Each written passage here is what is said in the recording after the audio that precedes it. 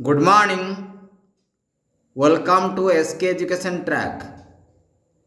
आज आमे plus two second year physics पदार्थ विज्ञान विषय एक exam preparation subject easiness stop fear on physics paper एहीपरि अनेक दिग को नहीं आज एक inspiration and motivation planning textbook operation information एपरी अनेक दिग को नहीं आज आम पदार्थ विज्ञान फिजिक्स किपरि स्टूडेंट मानक पई सहज हो पार जो भाई भणी माने plus two second year science physics paper को निजर करिसेंती। वर्तमान प्रथमे हम देखिबा unit wise mark distribution physics theory. आपण भलरे देखंतु यूनिट रही यूनिट को आपण देखंतु 10टी चैप्टर रही यूनिट रही 10टी यूनिट दुईटी यूनिट की नहीं एपटे मार्क रखा जाइए आपन देखि पारुछंती मार्क 10टी यूनिट को 5 भाग करा जाइए अर्थात गोटे यूनिट रु केते मार्क आसीबो ताहार सूचना राइट साइड रही आमे आपन को जहाँ देखाउछु। प्रथमे 15 तापर रही 10 तापर रही 17 तापर रही 10 तापर रही 12 एपरी 70 मार्क रही। मार्क डिस्ट्रीब्यूशन आपण देखिले पदार्थ विज्ञान बा फिजिक्स केबे भी डिफिकल्ट हब नाही या पछरे थिबा कारण विषय आमे आपण को कहि रखुछु। वर्तमान जो यूनिट आपण देखुछंती एही यूनिट गुड़िकर मौलिक विषय 10म श्रेणी बही रे उड़िया मीडियम इंग्लिश मीडियम बा आईसीएसई सीबीएसई एवं उड़िया मीडियम रे जो बही प्रिपरेशन करा जाइछि सेही बही रे एहार मौलिक विषय गुड़िक उपस्थापना करा जाइछि। किंतु समस्या हेउछि जेतेबेले आमे 10th क्लास रे एसो पाठ गुडी को पढ़ी थाउ बयस समय सुजोग एवं संभावना एई जो विभाग रही से विभाग उपरे आमर अणदेखा रही जहाँ द्वारा जेतेबेले प्लस टू रे फिजिक्स एसो विषय गुडी आसुछि से समय आम पाई डिफिकल्ट मने हेउछि। ठीक अच्छी वर्तमान आमे पछ कथा को बेसी गुरुत्व न दे जेहेतु आमे वर्तमान सेकेंड ईयर पढ़ुछु सेकेंड ईयर पढ़िबा समय आमर एही यूनिट गुड़िक किपरि सहज हो पार परीक्षा किपरि सहज हो पार से विषय आमे चिंतन करिबा। वर्तमान देखिबा क्वेश्चन वाइज ब्रेकअप कौन रही वर्तमान देखिबा type of question very short question phase 1 short question phase 2 L means long type answer total mark pair question 1 2 3 7 रही आपन देखि पारछंती 1 मार्क 14टी एमसीक्यू नंबर 2 रही जोड़ा आपन 2 देखुछंती 7 3 पई 7 7 पई 3 अर्थात 7 मारिक 3टी प्रश्न आसीबो 7 के 21 बुझी कहबार उद्देश्य आपण प्रथमे देखंतु आजिर केवल आमे आपण को यह सुनाउछु जे फिजिक्स पेपर डिफिकल्ट हबो नाही एहिया को आधार करी आमे आज एक ऑडियो कोर्स आपण मानक प्रदान करूछु।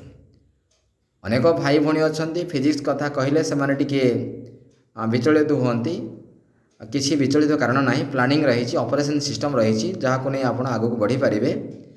तेणु मार्क देखंतु प्रथम आमे भेरी शॉर्ट क्वेश्चन रे 14 मार्क जहाँकि हाइस्ट रही मार्क ताहले आमे ये जो 14 मार्क रही भेरी सर्ट क्वेश्चन रे कौन आसीपे आम टे आलोचना करवा। भेरी सर्ट क्वेश्चन रे MCQ, fill in the blanks, sentence correction एपरी विभिन्न दिग आसो। अर्थात आम देखिले MCQ विभाग रे बा भेरी सर्ट क्वेश्चन सेक्शन रे अधिक नंबर अच्छी, ताहले आम अधिक नंबर जोटी रही ताको आम कवरेज करने आम पाखे कौन सब प्लानिंग रही।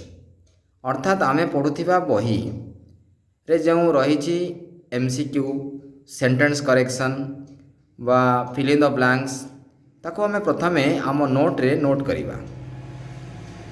ये नोटिंग प्रक्रिया द्वारा आम कन्फर्म हो पारिबा जे आम पढ़ुवा बही रे केते MCQ, केते फिल इन द ब्लैंक्स, केते सर्ट क्वेश्चन रही आम पाखे डाटा रहिबा दरकार।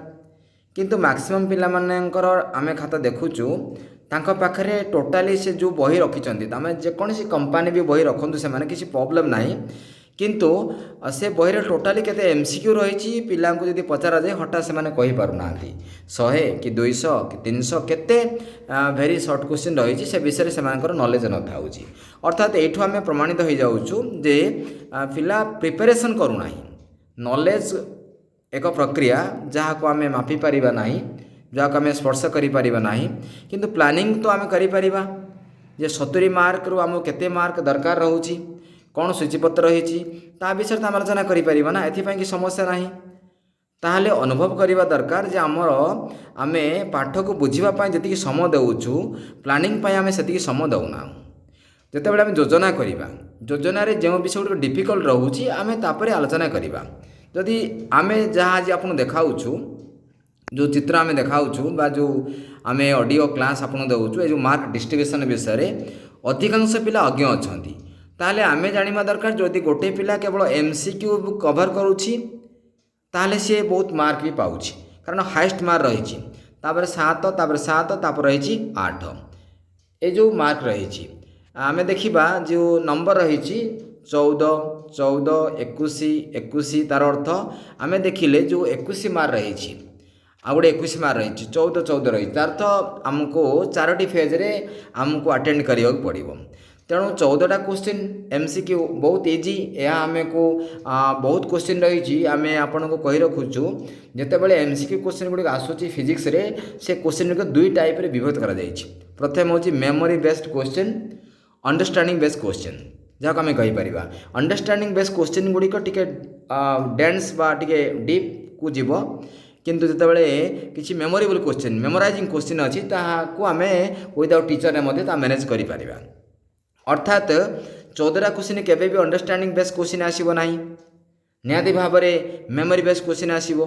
ताहले आम बुझिबा दरकार जे मेमोरी बेस्ड क्वेश्चन कौन, अंडरस्टैंडिंग बेस्ड क्वेश्चन कौन, क्वेश्चन नेचर कौन रही ए विषय आमर संपूर्ण नॉलेज कम थाउची, जद्वारा कि आम फिजिक्स कथा आसिले बा फिजिक्स पेपर आसिले आमर टिके क्रिटिकाल जाऊँगी। जदि आप देखूँ आम आपको आउ थे देखाऊँ जो जो सूचीपत्र जो जो कंटेंट गुड़िक रही आम जहाँ देखाऊँ आपन को देखूँ communication system, semi conductor electronics, atoms and nucleus जहाँ भी टॉपिक रही आप देखिपुर आम पढ़ा दरकार नहीं, जहाँ रही जहाँकि प्राइमरी आमर जो 10th क्लास रे बुक्स रे सब विषय पूरा फंडा क्लीयर करा जायछि। से फंडा विषय आमर जेहेतु टिके डाउट रोचे तेणु +2 फर्स्ट ईयर में बहुत पिला माने ए उपरे गुरुत्व दौना सीधा सदा सेकेंड ईयर से आसुँच ए समस्या गुड़िक निहाती द्विगुणित होउछि। किछि असुविधा नहीं वर्तमान समय जदि आप प्लानिंग करेंगे आपड़ सब आम देखु बहुत स्टूडेंट मैंने प्लानिंग करूना किंतु से परिश्रम करुँच 8-9 घंटा 10 घंटा परिश्रम करुँच। परिश्रम सेकेंड फेज प्लानिंग आम करूँ कि नहीं, आज आम प्लानिंग परिसर में ये जिनस जो आपको देखाऊँ जहाँ भी आम आपको कहूँ ए विषय आपड़ के ज्ञात अच्छा कि जानी के आप नोन अच्छा अननोन अच्छा ए विषय में आम आपको केवल सूचना देचु। यापर आम फिजिक्स गोटे क्वेश्चन 70 मार्क गोटे क्वेश्चन पैटर्न देखाइबू से दिन आप आहरी बुझे जे फिजिक्स केबे भी डिफिकल्ट हम ना, एथिपाई आम आपन को सूचना देउछु। तेणु आज केवल आम आपन को फिजिक्स सब्जेक्टर mark distribution, course of study, unit wise mark distribution ए सब विषय आम आपन को तथ्य रखीचु। आज कौन सी क्लास आपन को दिया जाउ नाही बा फिजिक्स क्लास आपन किपरि करिवे, फिजिक्स क्लास रे किपरि आपन अटेंड रहिबे, या पर आम गोटे पर गोटे वीडियो आपन निहाती भाव में अपडेट कराइबू। ଆପଣ ଖାଲି ଆଜି ଏତିକି ମନେ ରଖନ୍ତୁ ଯେ ଫିଜିକ୍ସର ମାର୍କ ଡିଷ୍ଟ୍ରିବ୍ୟୁସନ୍ ଆଉ ୟୁନିଟ୍ ୱାଇଜ୍ ମାର୍କ କ'ଣ ରହିଛି ସେ ବିଷୟରେ ଆମେ ଆଉ ଥରେ ଆପଣଙ୍କୁ ଦେଖାଉଛୁ ମଧ୍ୟ ଆପଣ ଦେଖିପାରୁଛନ୍ତି। ଏହା ଥିଲା ଆଜିର ଯୋଜନା ବିଷୟରେ।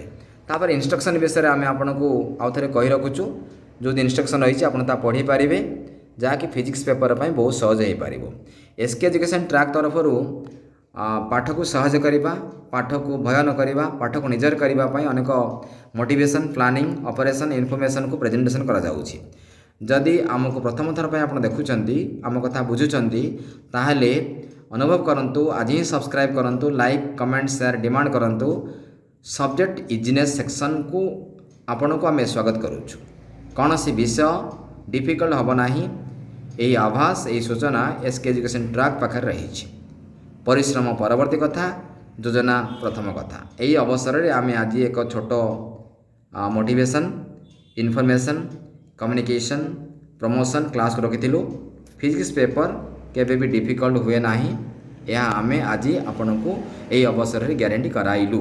ତେଣୁ ଆଶା ରଖୁଛୁ ଆମ ଭିଡ଼ିଓ, ଆମ ଇନଫର୍ମେସନ୍, ଆମ ଅଡ଼ିଓ ଦେଖିଲା ପରେ ଫିଜିକ୍ସ ପେପର ବାସ୍ତବରେ ଡିଫିକଲ୍ଟ ନୁହଁ, କେବେ ବି ଡିଫିକଲ୍ଟ ନୁହଁ। 10ଟି ଚାପ୍ଟର ରହିଛି। ଯଦି ଆମେ ଗୋଟେ ମାସରେ 2ଟି ୟୁନିଟ୍ କଭର କରିବା, ଆମେ ଆରାମସେ 3-4 ମାସ ଭିତରେ ସମସ୍ତ ୟୁନିଟ୍ କଭର କରିପାରିବା, କାରଣ ଆମ ପାଖରେ ସମୟ ବି ରହିଛି। ଏହାର ସେକେଣ୍ଡ ଅପରେସନ୍ ସିଷ୍ଟମ୍ ଆମେ ଆପଣଙ୍କୁ ଶୁଣାଇବୁ। ଆଜି କେବଳ ଏହି ପ୍ରିପାରେସନ୍, ପ୍ଲାନିଂ, ଇନଫର୍ମେସନ୍ ବିଷୟରେ ସୂଚନା ରହିଲା। ଆଶା ରଖୁଛୁ ଆମ ଭିଡ଼ିଓ ଦେଖିଲା ପରେ ଭାଇ ଭଉଣୀମାନେ ଫିଜିକ୍ସ ପ୍ରତି ଥିବା ଭୟ ନିହାତି ଭାବରେ ଦୂର ହେବ ଏବଂ ଫିଜିକ୍ସକୁ ନିଜର କରିବେ ଏବଂ ଫିଜିକ୍ସରେ ପୁରା ନମ୍ବର ଆଣିବା ପାଇଁ ନିଜକୁ ପ୍ରସ୍ତୁତି ଏବଂ ଯୋଜନା ଆରମ୍ଭ କରିବେ। ବର୍ତ୍ତମାନ ଏହି ସୂଚନା ସ୍କେଟ୍ ଫାଉଣ୍ଡେସନ୍ ବା ଏସ୍କେ ଏଜୁକେସନ୍ ଟ୍ରାକ୍ ତରଫରୁ ଆମର ୟୁଟ୍ୟୁବ୍ ଚ୍ୟାନେଲ୍ ମାଧ୍ୟମରେ ୟାକୁ ଆମେ ଆପଣଙ୍କ ପାଇଁ ସେଣ୍ଡ କରୁଛୁ। ତେଣୁ ଏସ୍କେ ଏଜୁକେସନ୍ ଟ୍ରାକ୍ ସବୁବେଳେ ପିଲାମାନଙ୍କ ଉପରେ ଗୁରୁତ୍ୱ ଦିଏ, ସେମାନେ କିପରି ଆଗକୁ ବଢ଼ିବେ ସେଥିପାଇଁ ପୁରା ତୟାର ଏବଂ ମୋଟିଭେସନ୍ ରହିଛି। ତେଣୁ ଆମକୁ ଦେଖିଲା ପରେ ସବସ୍କ୍ରାଇବ୍, ଲାଇକ୍, କମେଣ୍ଟ କରିବେ, ଏହା ଭୁଲିବେ ନାହିଁ। ସୋସିଆଲ ମିଡ଼ିଆର ଏକ ବଡ଼ ଇମ୍ପାକ୍ଟ ବୋଲି ଆମେ କହିପାରିବା। Thanks for watching this programme by SK education track.